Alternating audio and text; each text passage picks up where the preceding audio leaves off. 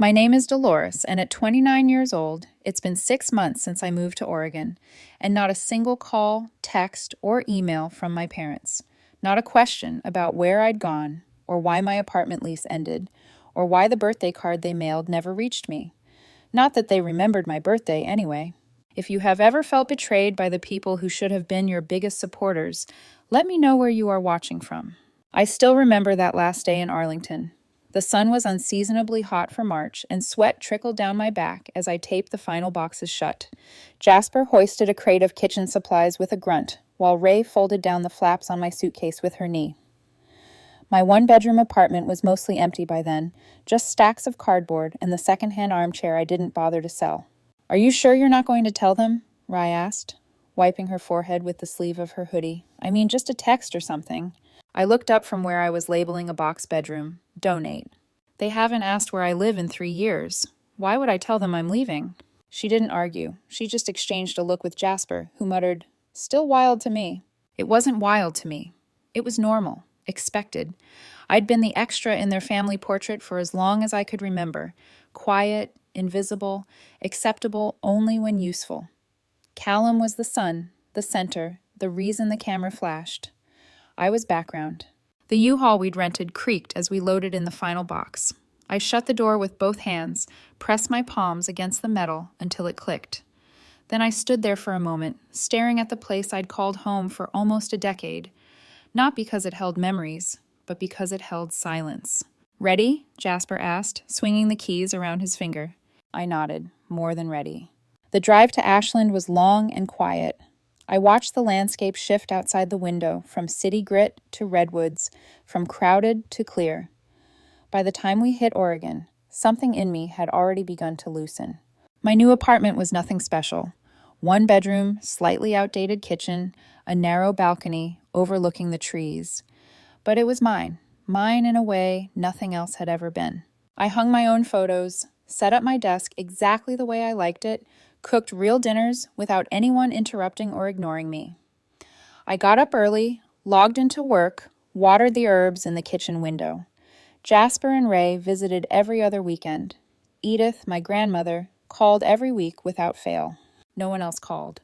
That was the part that made me laugh some nights. Not bitter laughter, but the kind that sounds hollow in an empty room. I had vanished, and no one even blinked. Not until last week. When the phone rang and the name lit up, I didn't answer right away. I just stared at it. Theodore Rhodes, like it belonged to a different life. I picked up on the fourth ring. His voice came through clipped, irritated. "You need to come home next weekend." I should have known what that call meant.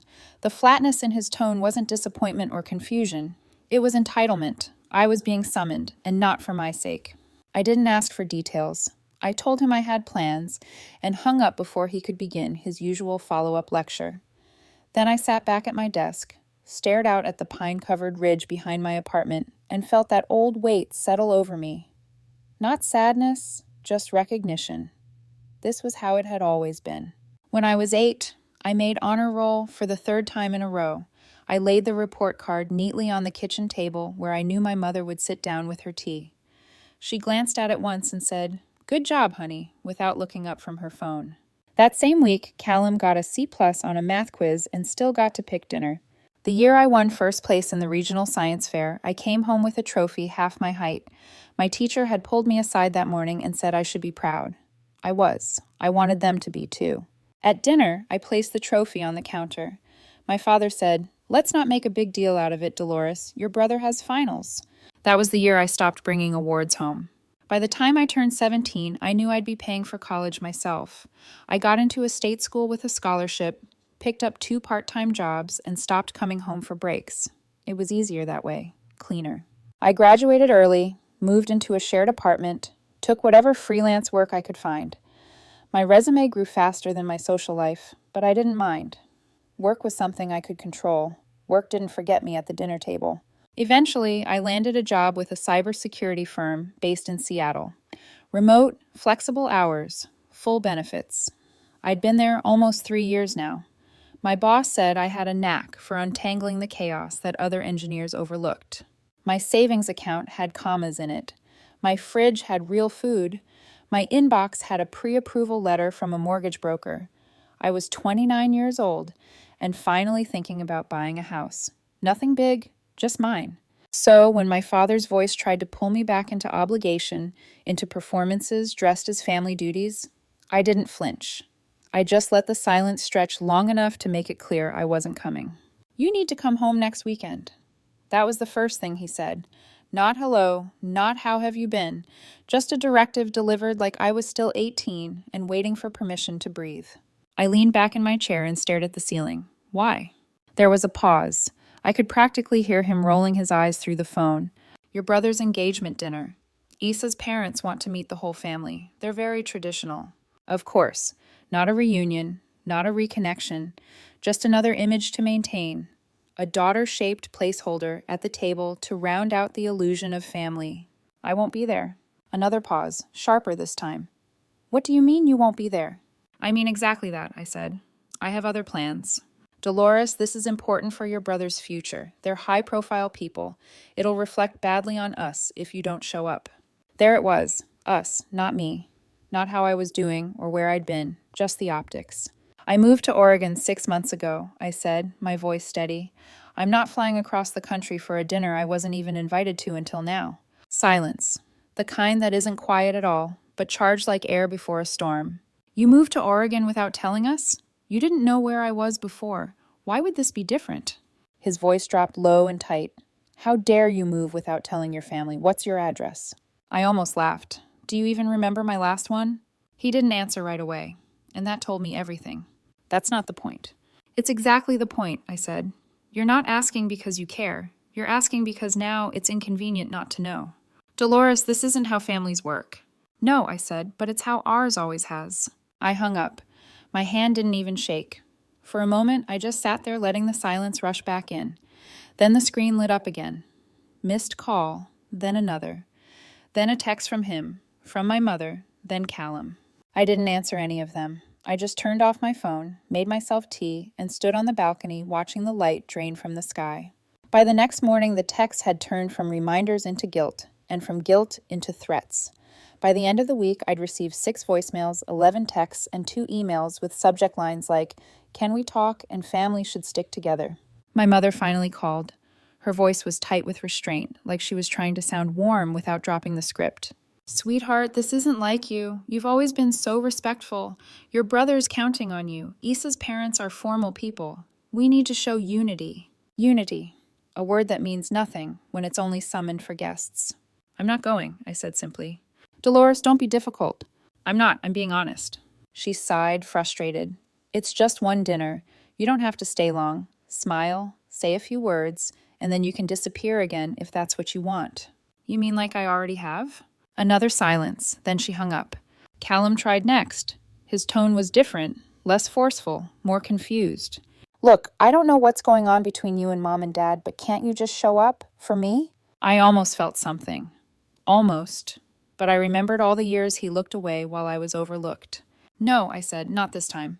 The next day, my father called again. His voice had shed the pretense. "If you don't show up to this wedding," he said, "you're out of the will." I let the silence stretch just long enough to give him hope. I was weighing it. Then I said calmly, clearly, "I make more money than all of you combined." I could hear him inhale like he'd been slapped. "You're bluffing." "If you'd ever asked about my life," I said, "you'd know I'm not." He didn't respond. He just hung up. That was the last call I took. From that point on, I watched the messages come in like waves. First urgent, then desperate, then angry again. I didn't reply to any of them. Instead, I opened a new tab on my laptop and clicked back to the real estate listing I'd saved the week before. It was still there. 3 bedrooms, cedar siding, room for a garden. Grandma Edith called the next morning just as the sky turned pink behind the trees. She never waited for permission, never checked if I was free. She just called, and I always answered. "Hi, sweetheart," she said, voice steady with that mix of gentleness and knowing. "How's the air up there today?" "Cool and quiet," I said, "like I like it." We talked for a few minutes about the lavender I'd planted on the balcony, about the deer that sometimes wandered behind the apartment. Then she paused. "They asked me to call you," she said. Not apologizing, just stating the fact. "I figured," I said. "Let me guess. Convince me to come back and play the part." They didn't use those words. "But yes," she said. "Your mother's been pacing. Your father's in a mood. They're panicking because they miss me. She hesitated just long enough. Because Issa's parents are watching and asking questions. I laughed under my breath. Of course. My value had finally surfaced, tied neatly to someone else's expectations. I'm not going, Grandma. I know, she said. I wouldn't either. That's why I always picked up. She didn't sugarcoat things. She didn't make excuses for them or pretend the past hadn't happened. She remembered my birthdays, sent me postcards from her little trips, asked about my job, and actually listened to the answers.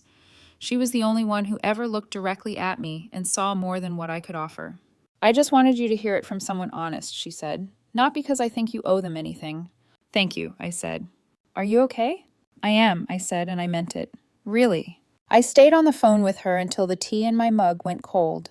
She asked about the house I was looking at and whether I planned to paint the walls or leave them plain. We talked about furniture and fig trees and things that had nothing to do with obligation. By the time we said goodbye, the sun was warming the windows, and I had already opened the mortgage calculator again. The wedding day came and went without me. I spent the morning on a trail just outside Lithia Park, weaving between tall trees and early spring wildflowers. The silence out there wasn't empty, it was earned. I didn't check my phone. I didn't wonder what was happening on the other side of the country. I breathed deeply, let the wind move around me, and kept walking. When I got home that evening, there was a missed call from Grandma Edith. I called her back before even taking off my boots. Hi, sweetheart, she said. You enjoying your mountain air every second? She exhaled slowly. Well, the wedding happened. I waited. It was tense, she said. The kind of tension that looks polite on the outside, but makes your neck stiff just sitting in the same room. Sounds familiar? She chuckled. Your parents did their best to keep it together, but Mira couldn't stop fidgeting. Your father barely spoke. Issa's mother kept glancing around like she was waiting for someone. Me. Yes, and when she realized you weren't coming, she asked why. I closed my eyes, let the moment land. What did they say? They tried different versions. First, they said you were sick. Then, that work had called you away. Then, that you were traveling for some conference. All lies. Issa's mother knew it. You could see it in her face. She pressed harder, asked why you hadn't been at the engagement party either. Asked why she only found out you existed a few weeks ago, and apparently she had a private conversation with your mother after the rehearsal dinner. No one knows exactly what was said, but your mother came out of it pale and quiet. I think she got read like a book. I almost smiled. What about Callum? He looked distracted all night, kept checking the door, never smiled long. Asa looked upset through most of the ceremony. I don't think she bought the family portrait they were trying to paint. I sat down at the kitchen table, letting that sink in. Not out of malice, just at the kind of satisfaction that comes from truth finally catching up to the noise. They still think this is about a dinner party, I said. I know, she replied, but Issa's parents saw it. Dolores, the imbalance, the omissions, the damage. We talked for another 10 minutes about nothing in particular.